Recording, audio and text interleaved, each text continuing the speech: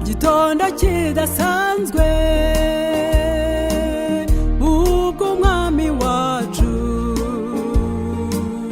zatunguka ku bicu aje kujyana abera bamwakiriye kera riko bagasinzira batarabona ikamba.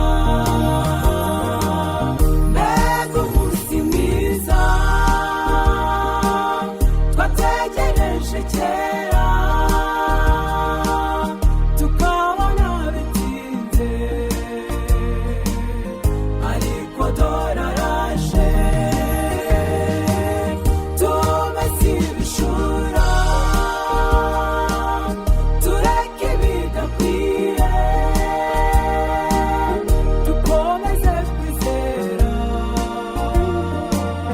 turazanye amakamba.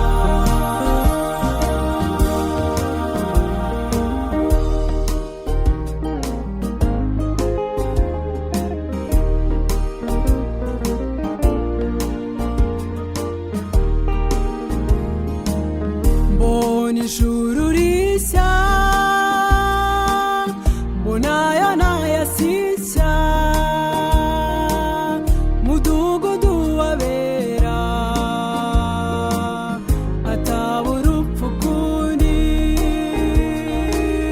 mbona wa murwa wera ni Yerusalemu nshya ibya kera bishize tugiriye iwacu. Mbega umunsi mwiza tubonanye n'abera tubonanye n'Imana itwita abana bayo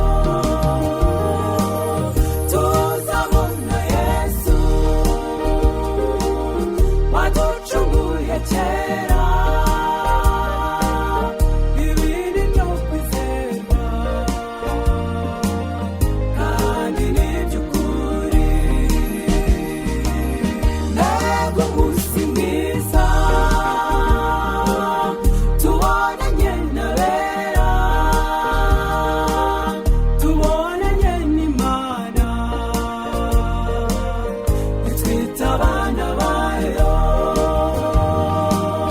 tuzabona Yesu waducunguye kera